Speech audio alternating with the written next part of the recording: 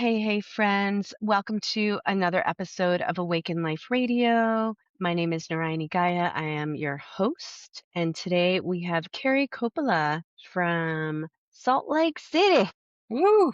a beautiful yoga teacher and healer and intuitive whom I connected with, we don't know, sometime in the past through social media, a soul sister for sure. And today we're going to be talking about what it really means to awaken joy in your life and in your body, and the difference between thinking about it and living it. And I'm really curious what's going to come up. If you guys are checking us out today and you pop in, share any questions that you have or comments. If you're listening in the future now, there's a thread that you can chime in on. How you doing today, Carrie? It took us a second to get past the tech, but we're here.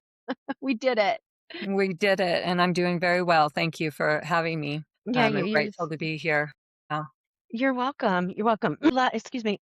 I love talking about all things spirituality and embodiment because people are really waking up in these times. And when I first created my podcast, it was like the end of 2019, 2020, launched the podcast. It was really about kind of the things that you stand for. It's about cultivating intuition, getting in the flow with your life, and really integrating awakening, really starting to put into not regular, but understandable layman's terms, some of the spiritual concepts and teachings that have really shaped my path and have shaped the path of many of my colleagues like you, my mentors and elders over the last several decades. As in the West, we've been awakening. My guru Swami Satchidananda came in came in 1968 and was 69 and was at Woodstock. He was brought by Peter Max,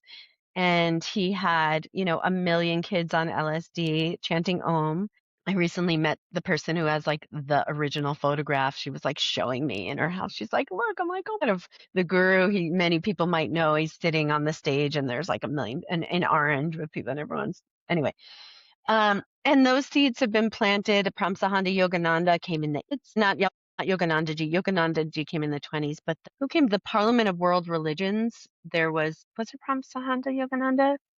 I'll have to look that up. But there was the original, I'm going to look it up.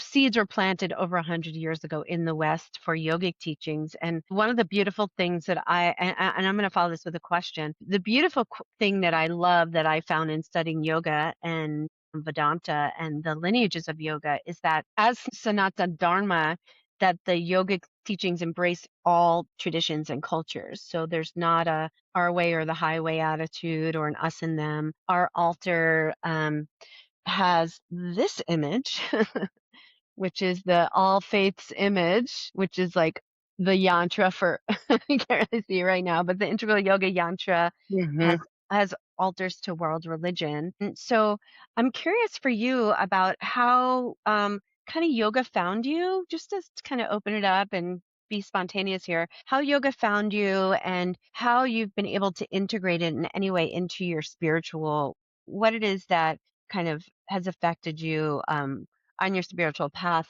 from yoga. Were you raised religious? Did you do yoga when you were younger? Like how has yoga dictated your spiritual path, if you want to share about that? And then I want to talk about like yoga in Salt Lake City because it's a lot of Mormons. It's a very interesting culture out there. So Yes. I'd be very curious about and the reason is because a big thing on this podcast is talking about supporting people that are awakening to share their spiritual heart with the world and and bhakti yoga and service, and how we can do that sustainably, like live our purpose. I know you have that, on your site. You help people with that too. So it's very interesting to talk story about like, well, how have you been able to like take this without just repeating what you're told, like to integrate it and have it be your own, not that it's your own, but how to integrate into your day-to-day life. Does that make sense? Is that question okay? Big question. I like to start with big questions because Yes, I love it it. opens up the whole container. Yeah. Absolutely, because that's where it begins. So yeah, yoga found me at a time in my life when I was things were falling apart. I was I was going through a divorce. My son was struggling. I had mono. I got mono. I couldn't do the things that, running had been my outlet to just clear me and ground me, and I couldn't do any of that. And I had an intuitively just this feeling that I needed to do yoga, and so my son and I were having dinner outside one day, and I saw the sign about yoga.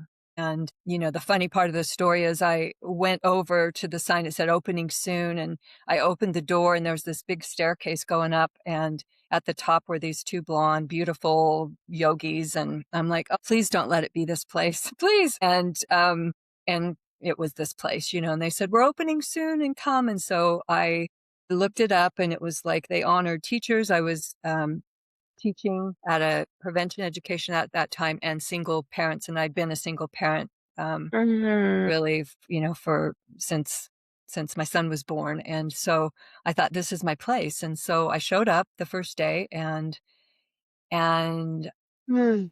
I knew it was where I was meant to be. I said, As a student, you as showed a up as student, I showed right. up. Mm. But you were already a natural teacher, so you were already teaching. And I think we have archetypes of being, and like teaching is one of them. So you were Mhm. already a teacher, and they specifically said, like, they gave discounts for teachers and single moms or something like that. They specifically named that. That is so interesting. Yeah, I think a lot of people that grew up in white culture that are used to having access don't really understand how much it makes a difference to say, the white patriarchal privilege culture. I don't have another way to name that right now, but if you right. know what I mean, you know what I mean? That don't necessarily know how powerful it is when you name like somebody's struggle or somebody's identity that maybe is marginalized or doesn't have as much access. Like you don't really understand that until you tell a story like that. So that's really cool. That's like first nugget, big nugget. So then you started practicing Yeah, as a and that student. first night on my mat, I knew Mhm. what I was there for, to let go, and, that was very clear to me. And when I went into shavasana, I had just that moment in shavasana that, like, everything is gonna be okay, and that was the beginning for me of learning. I didn't know this at the time, but learning how to embody the moments that I was in, and I had been on a spiritual path. I'm in recovery, but that was what had been missing for me, is like really learning how to be in my body. And Yeah. it's frightening, but I think that's the key here, is that as we learn about embodiment and learn how to be embodied, it's little by slowly, and that's what we can learn. Because I think my mind says, I've got to do all this. I'm going to feel all this stuff. It's going to overwhelm you. It just gives me all these fears. But if I just do a breath at a time, if I just put my Mhm. feet on the ground in this moment, if I have somebody helping me learn how to just stay with all the stuff that I've been running away from, it's powerful. It's really powerful. I'm flashing on when I was living in New York City in the 90s in massage school, and there was the Shivananda Yoga Center, and they're like the sister yoga lineage to our yoga lineage. And so I went over there. I don't even know what was going on, but I remember that Shavasana where I bawled my eyes out. It was probably like just heartbreak, like dating issues, like heartbreak, which is a story of my life, like, and I just wept. And then I found out it's a thing. People cry on the yoga mat. It's a healing, especially in the beginning. It's like you have such a safe, I have the chills. Damn, I should start teaching yoga again. It's such a beautiful, actually, I'm talking with someone about that on Monday. It's such a beautiful practice of creating a safe container. I had somebody say to me, my friend Naomi, she's on a recent interview. Naomi Charampal, she's a Kundalini yoga teacher in Santa Cruz. She's great. It's a fun. We talk about Kundalini awakening. It's an interesting. Mm. I'll share it with you if you want. It's very interesting, I think. But she reminded me. She's like, I went to your yoga class, with the sound healer, like when I first met you 12 years ago. She goes, and she gave me some kind of compliment about like the energy of the place, of the room, and the safety, and like she felt so held and seen. And I would have never known that at all had she not told me. And it really just reminded me of that deep value of feeling safe and feeling connected. And sometimes it's such a humble path as a yoga teacher because there's not big money. Mm-mm. there's not big money. Very few people make it as celebrity yoga teachers, and those people that do have to have a certain kind of a drive and diligence. They don't have a lot of flexibility to change their schedule or shift things. They have to be like very hard and structured. And yet the reward is so great. I remember one other story, and then I want to ask you another question. There, I Swami Satchidananda was alive, and it was a teacher reunion at Yogaville, and it was in like 2001, and we were in a small room with him, and it was an opportunity to thank him for how his teachings have affected our lives. And at that point, I was like 30, 31. I hadn't even had the big awakening I was about to have 9 months later. Just got my mantra. They said, go and tell him what anything you want to say, any thank you. And people were like, I was part of the hospital programs. I helped heal AIDS and recovery. This injury, I never thought I could have it. And all I had was like this joy of, it's like, what have I done? I hadn't done many big things at all yet. And there was this 72-year-old teacher who I taught to put her ankle under her knee in sun salutation. And she was a private client, and she wasn't even a private client. She was the only one coming to my class in my mountain yoga class. That's what she was. So I was basically paying to teach her. And she was one of the most beautiful people I ever met. And she was so grateful to get solid foundation that after 20 years of not knowing how to be steady in a lunge, that it rocked her world. And I think we cried. Like it was such, and I couldn't even go and tell my teacher that. Now I understand that would have made a difference in the room for me to tell how beautiful, just because everyone started was like all the big things, all the big things. But like the service of being a healer and a yoga teacher, as much as we want to like get well known and like it's a very deeply humble and rewarding path. So much that even to say it's humble makes it not humble. But, can you talk about how teaching has really grown you as a person and some of the big things that you've learned that you think that newer teachers would really benefit to understand? If you could go back and tell when you first started teaching kind of what you've learned and kind of what to avoid. Is there anything, I know I'm putting you on the spot here. Yeah. Is there like any like couple of big things that really jump out when it comes to supporting others with this work that you wish that you knew? Wow. That, I think trusting ourselves, and you know, I have done that. And I think that it's just growing in that constantly, more of my story.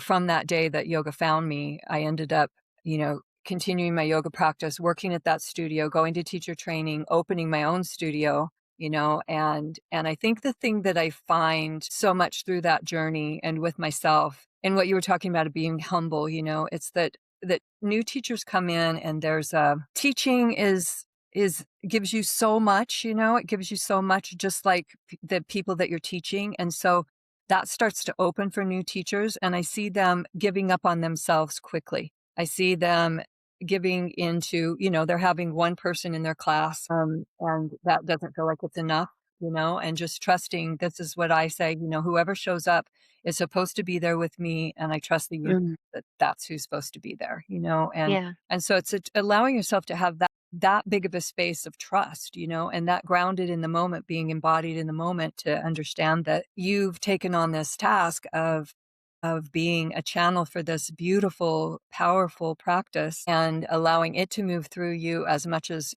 you're moving through it as you bring it into the world, allowing it to open you, and again, Yeah. just trusting that huge process of being here. I think we're in this culture, and, as we talked about a little bit as we began, that to be embodied, it brings patience to you. And we're not really a patient. We want things quickly. We want things now. We want it yesterday, as I talk about. And so I think that is like developing that trust in yourself little by slowly, just as you do with the people that you're teaching. Yeah, I don't have kids. You apparently are a mom. Yes. And so sometimes I see these lessons being, as a teacher and a practitioner, akin to parenting. Mm. So, right. So when you're speaking, I'm hearing, oh yeah, like just like you would with your children, they get to teach you patience. Mhm. Mhm. But let's name that piece around around bypassing that we didn't name yet because so I'm a new teacher, say, and there's two people in my class, and you tell me to trust, but in my body, I feel away. I feel like the universe isn't supporting me to do this as a career. Very, Mhm. very common, right? And I mean, and we're not the first generation. It started in the 70s too, when the gurus were like, just abandon everything and come join me. And you had 10 people that became monks and the rest of everybody were like, but how do we live if we're not, Mhm. monks? Mhm. So how do you support or encourage people to navigate through the stuff that does arise as a result of day-to-day living without because there's been a lot of realization that there are a lot of spiritual people, and I did it in the beginning of my path. I understand the value of bypassing or saying, let's just trust because it helps the mind. You could go from the top down, you can go from the bottom up, you can go from the out in, or then however you navigate healing. But there's a cost of not being authentic, and also people will feel that lack of authenticity. So how do you navigate through the negative emotional responses to life, which are human, Mhm. particularly like for, say, teachers and people who want to teach yoga, since we're going a little bit down that angle, Mhm. to stay with it and be patient when those two people are not paying the bills? Well, I always, I would tell my people, that were in my teacher training, don't quit your day job, you know? I mean, like, I've had to have more than one job, doing this, and holding lots of hats while we're doing this. And I want to, go back and say, when I'm saying just trust, I didn't mean it in a way of like, bypass anything. I meant trust Mhm. this moment. Okay. And so you're coming out of class, you have that one person, you're wondering why, you feel the way you do. And that's where then we put our own practice. That's where we become embodied in that moment. So what's really going on with Okay. Okay. What's really going That's on with you? What's interesting. your fear? Because you might have 20 people in your class and you still get that same like, It's So not okay, or it's not right, or it should be different. yeah, yeah, and I Right. can't hold space for this, I mean, all the fears. That's what's gonna come up because yoga is such a powerful practice, and I guess that's what I was trying to say, that, like, when you're the teacher, your practice is happening as you're teaching, you know? Your practice is Mhm. happening as you're teaching, and so that's where I would guide people, is like, let's trust that what's coming up for you here in this moment as you're teaching, as you're beginning this path of teaching, and start to look at your fears, start to look at your old beliefs about, well, who am I to be doing this? That's the big one. Mm. Look at the feelings that are coming up. Is there sadness? Is there grief? Is there, because that's what it will open for you. And so if we've put ourselves in the teacher position and that somehow means we're above here, it's like, this is how I've always taught. No, I'm right here with you. We are just right here, and I'm sharing this experience that I have, being a channel, being guided by this, but I'm doing my own work at the same moment, you know? I feel like this is so beautiful. A couple of things that you said that I wish more people would know. By the way, great content pieces to elaborate on, or articles to write about, or blogs, things to blog about, which is one, don't quit your day job, babe. Like, don't believe that all the influencers that you see is everybody. A lot of people have a lot more advantages than they talk about, or different kinds of things that happen, or that they're willing to do that you may not be willing to do to get to those positions. So don't quit your day job, right? So be realistic. Most people do not make a living as a yoga teacher in probably anywhere. Most people do not. Not most people do, and you don't. Most people do not. The people that I know that do, they go hard. Like I said, they practice every day. They teach. They give it 1,000,000,000%. Maybe don't even have kids. A lot of them. So there's that. And then to practice as you speak, as you teach, that the teaching is not separate from the practice, which I want to just transfer for those of you listening who are not actually yoga teachers. You may be a chef, or you might be a professional who works at a, I don't know, cell phone store, or you might be another kind of healing artist, or a musician. That is your off the mat world too. That's a place to practice too. And what you're saying is the practice is not bypassing and just forgetting that it's a problem, but to be present with whatever is coming up for you, and trust that the person in front of you is, or the people, are the divine right people for you to do your practice And so do your practice in that moment and shift, but not shift out of your body, stay present with what's there. Yes? Yes. Okay. Yeah. Yes. There's a whole other piece that's coming to mind, and this could be a fun angle to go into, which has to do with why yoga brings up so much, and the natural inkling to bypass, which I also found in my Native American family and my Dakota family, and spending time with them and spending some time in those kind of ceremonies and in traditional ceremonies, and getting to know about the depth of suffering with Native people, and also the accelerated spiritual access that they have as well as family. For my family, my Dakota family, they who adopted me, their gifts are like nobody I've ever met as a collective, and their psychic abilities and their healing abilities and their dreaming together. Like it's insane. It's very, very advanced and without plant medicine. Okay, whatever. The different kind, not psychotropic plant. They don't do psychotropic plant medicine. There's other plant medicine for sure. But and understanding that the trauma has helped awaken a higher Mm. seeking, right? So what does that mean? So as kids, you know this, but I'm naming it for our listeners. As kids, if it's not safe, we go places, Yep. right? Yep. Or we contract and we hide, but very, very commonly. And so like most of us didn't get all of our needs met. If everything was perfect, we wouldn't even incarnate, right? So that the spiritual development or the seeking comes from a prayer. I remember for me very consciously when I was 21 and 20, and I was in college and I was really in love for the first time.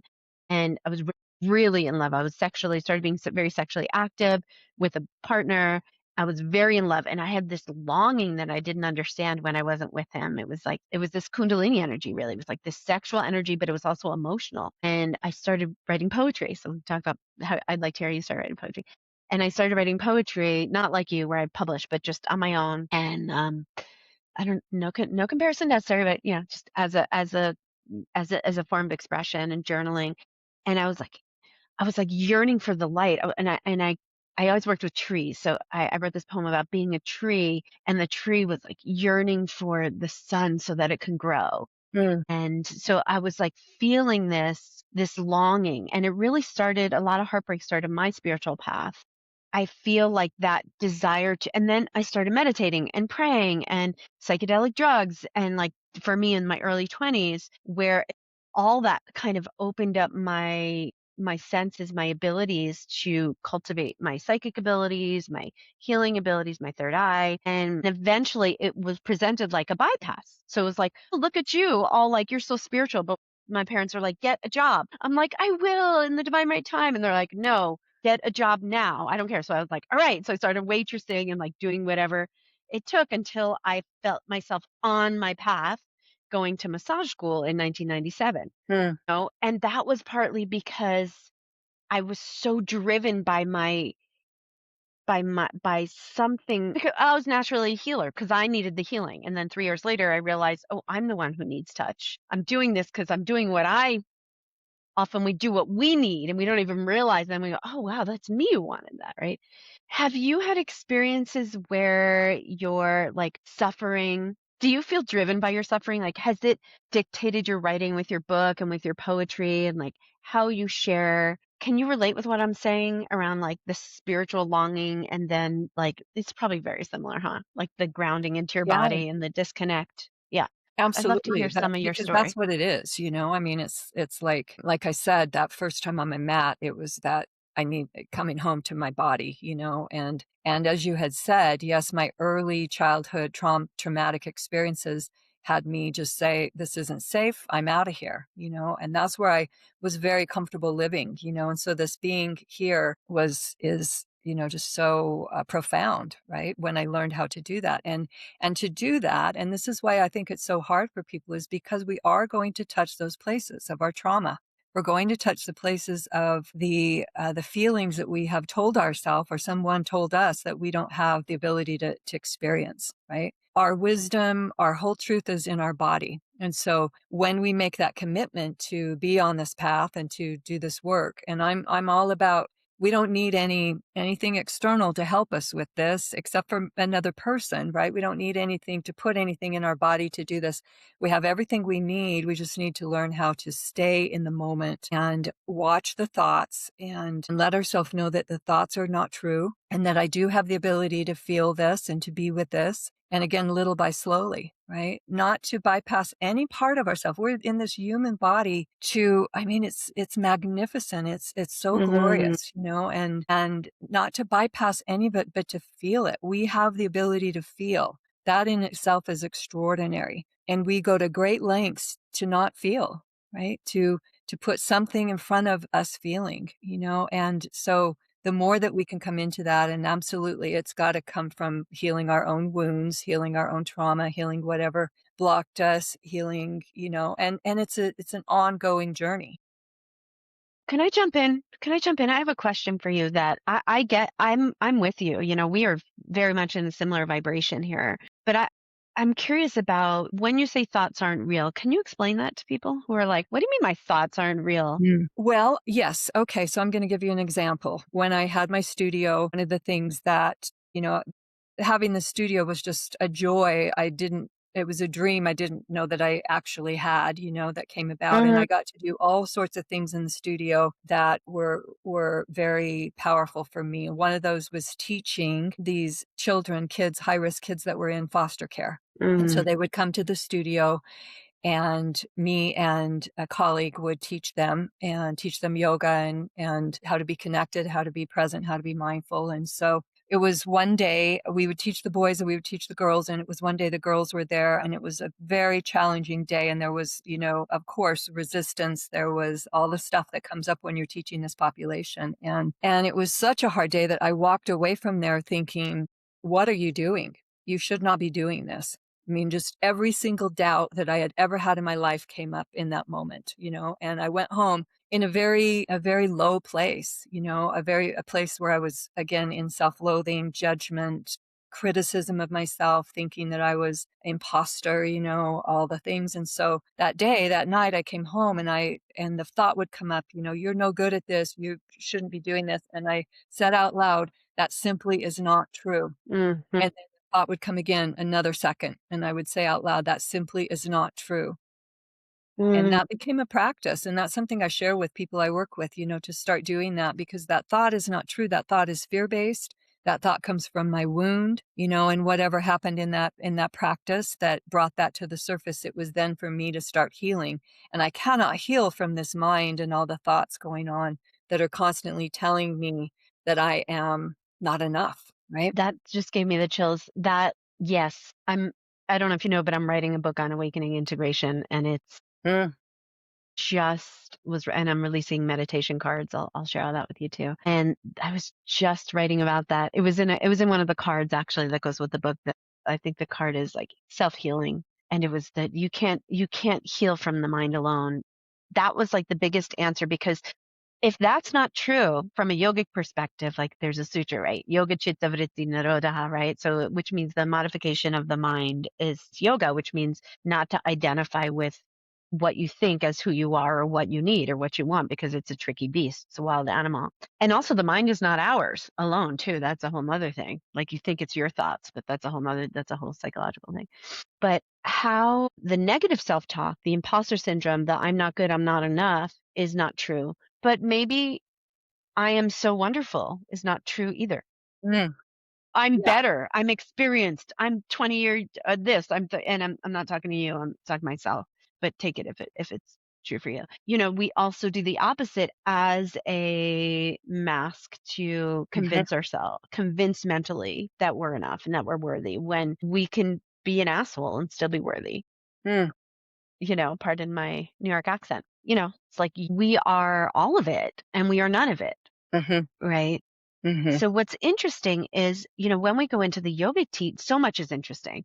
But as we go into the yogic teachings, I've had to sort through things that don't give me the whole picture, because the yoga that we learn in the West and the yoga teachings and the sutras and what my guru and other gurus have established here is the left-handed path, the right-handed path, the left-handed path, right? So it's more like coming mostly for aesthetics, not as much for householders. So we've had to fill in a lot of that. We get to fill in other pieces spiritually, right? Therapy, recovery, like there are things that yoga alone doesn't cover, Mhm. right? Like you are also a unique, beautiful person. You're not just unique, it's not just your spirit and God that's everything. You are not separate from that. So your body is a sacred temple, and that's Ayurveda really. I mean, that's like it exists in the tradition, but in the yoga schools that are like asana based schools, there's not as much of there's conflicting information, right? And so when I hear people, which is what I did in my 20s, like be like, God knows I don't know, like all the time, it can be like, well, what do you feel? What do you want? What do you need? What do you like? And I feel like in this time, we are learning what it means to live in a healthy way with our lower chakras. We are cleaning out all that survival mode and all that, the illusion of disconnection and the fear. And like, that's the benefit for me of doing psychosomatic work and navigating through negative emotional responses, is to be able to create a healthy foundation in my body, my lower chakras, where, you know, God bless my lineage. And in the lineage, when I got deeper in, the teachings were like, never hang out below your heart chakra, Mm. like stay here. Yeah. And like, and then like eat a healthy diet and then physically be agile. And then like, that's not the whole picture. That's why it's so helpful to talk with people like you, because we need integrative teachings to be able to digest so much different information, that's coming. And I love to hear anything that comes up for you. And then if you want to talk about what you see in the community that you're in, and I'd love to hear also what shifted out of you owning a yoga school as well, why that ended, if you want to Okay. share. Yeah. Well, there's something I say and, to my students and to people and that probably has them go, "Okay, bye-bye." But I say we ought to all be doing first chakra work every day, all the time. Mhm.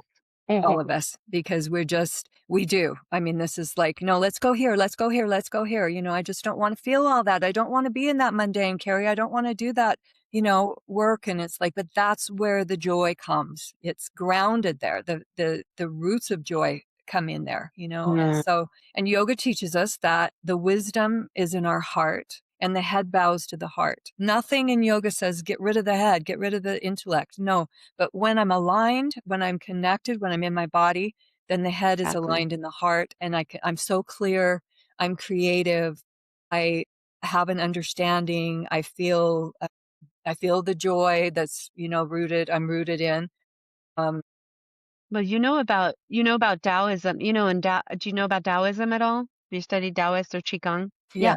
So there's the three Dantians. There's a lower Dantian, the middle Dantian, and the upper Dantian, the three jewels, all equally as important. all That's why the equally. Taoists are all trying to ground all the yogis. Yeah, yeah, and then also, I think, and I share this a lot too, or did that, like, there is, when you're a teacher, people are going to come in, they're going to have that experience. Wow, what happened? I just like feel awakened, and they start to put you on a pedestal. And so as the teacher, there's this fine, fine, fine line that we have to continually be navigating to not let ourselves go up there.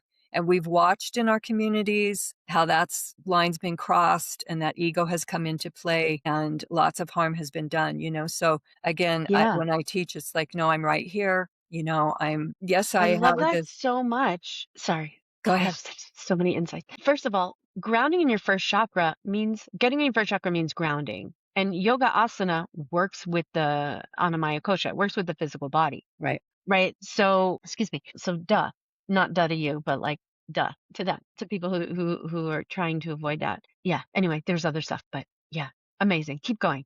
Yeah. So then you asked, the studio, and so the studio, when I opened it, and this was something that happened as well, that my son and I, Marianne Williamson quote, who are you not to? Who are you not to? Yeah. So we would constantly say that to each other. Who are you not to do this? And so that was part of opening the Will you studio for explain that me. for anyone who's never heard what that means? Sure. Our deepest fear is not that we are Inadequate, inadequate. Yep. Our deepest fear yeah, is that we're powerful. We ask beyond. ourselves, who am I to be, talented, fabulous? Who are you not to be? Who are you not to do what you are meant to do? And it's always my fear, because I'm very comfortable being inadequate. I'm very comfortable being in my less than and keeping myself small, but I am not comfortable with being powerful, and so that's really been my journey, and when I opened the Which studio. Go ahead. let me jump in again. It brings me into this teaching that I realized many years ago because I had a temporary school called the Starseed Leadership School with my partner who passed, and we would play with that teaching. Mm, And what I realized was it's such an actually there's a big ego in thinking that you're inadequate. I'm yes, just a little thing. yeah, Who am I? There's huge actually you're ego. actually keeping you're hiding your gifts, being like, the world doesn't want it. And there's actually a big false ego associated with playing small that Mhm. people think is so righteous and subservient that probably comes from, generations of trying to stay safe, blah, blah, blah. But yeah, okay. So It I had to absolutely is ego. It's chime in on that ego one. either way, Right, it's ego either way, right? And so we what we adapt and then we try to be, you know, more, better when really guru means the remover of obstacles, right? So the remover of darkness. So it's like really I have another story that's way too personal to share publicly, but I'm going to share with you after okay, okay, about that. Yeah. yeah. So you're yoga studio. So you're in a yoga studio. You have this beautiful, you're like, we're doing it. Who are we not to do this? Who am I not? And I had that And on it's our incredible, and you're sign. like, "Oh my god, I didn't know I always wanted this. This is what I Yeah, always wanted." And then and so 12 years, and, at the mhm, 9-year mark, I kept getting this message that I'm supposed to get bigger, and, I'm like, "Oh, I don't know what that means, but okay." So it came that the lease that I was in, it wasn't gonna work, and so it was like, "Oh, here's my sign that I'm supposed to move," and so October 2019, I started the move. It took us 6 months to build out. I bought a whole invested, and I was married to the studio. It's my beloved. It was my beloved, so it was my everything. And so we did it. We moved. Our opening date was April 1, 2020. So it was just me. And there's a little writing in my book about that. And so it brought up all the fears and all the stuff. And so I had to rebuild, and we did. And about 3 years into that, I just got a message one day from the universe that said, "You know what, honey? It's time for you to let this go." I'm like, and that, like, other things had been let go that I had been doing through the studio. Like, I felt like, I'm not sure I want to do any more teacher trainings and all this. And I had to listen. And I was, at first, of course, my fear fought it and said, I don't want to do this. No, anything else. I'll let go of anything else, but not this. I always try to argue with wow. the universe, and it was just like so clear, like, you've got to let this go. It's time. I'm like, Mhm. but this was the plan, it's gonna make me cry, but it's like, this was the Oh, plan to stay here, and do this, and it's like, no. So that was, I that let was him be. clear. And I want to acknowledge whatever you're feeling and Thank you. thank you for putting in more than 100% to serve your community and also honor the impetus that you had. And thank you for showing us vulnerability, what it looks like to express some grief. Yeah. So healthy. Yeah. I think That's what it was, it is, and mhm. still, I can't say that, it's been 3 years, and has it? I think it has. Yeah. It's 2026 and it's May 2026. Yeah, it was 2023, so, and I'm still in the process of it, like, "Okay, now what do you want me to do?" And I do know this, I will say this, that, like, my book, I'm just gonna show my book. Show your book. My Pros I on the wouldn't cover. have done my book if I still had the studio, and so that I do know, and so that gives me the hope that, like, there's so much more waiting, so much more Is there waiting. a poem? Is there a poem that you'd like to read from your book? Well, it's not a book of poetry, it's prose on the past, so it's a book of writings. It's really a Okay, compilation of writings that I did, over the years, and then with each writing, there's contemplation, and there's breath, and there's actions to take. So, great, but great. yeah, I could read a little. I'll read a part that's called Spring Joy, and I won't read the whole thing, but it basically was, spring is we're here in spring, and I love spring, and it challenges me to the core. It's messy, it's unpredictable. And so this was what this was about. And I had done a chakra workshop with my students, and I had, a new mantra, a new affirmation that I was going to accept my power, embrace my new confidence, and surrender. Right. So here's the piece. Despite my defiance, spring persisted in her invitation into the unknown, continued to invite me to open, to be surprised and delighted. Imagine my astonishment, me in the dentist chair in April, where I'd said, I'm not going to the dentist chair. There I called upon spring. I sought the perseverance, the ability to be free and unattached.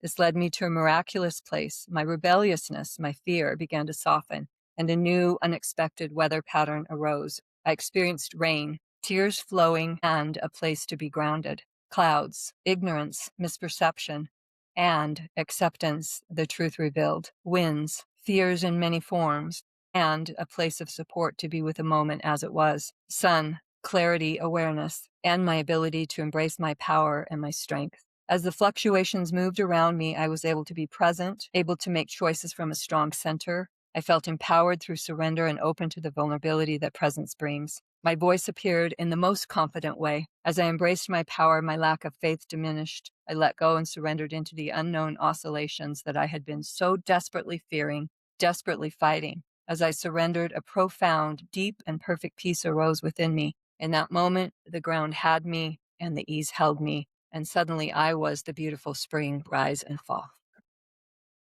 And it goes on. So You are a beautiful writer. Thank you so thank you. much for Thank sharing that. you.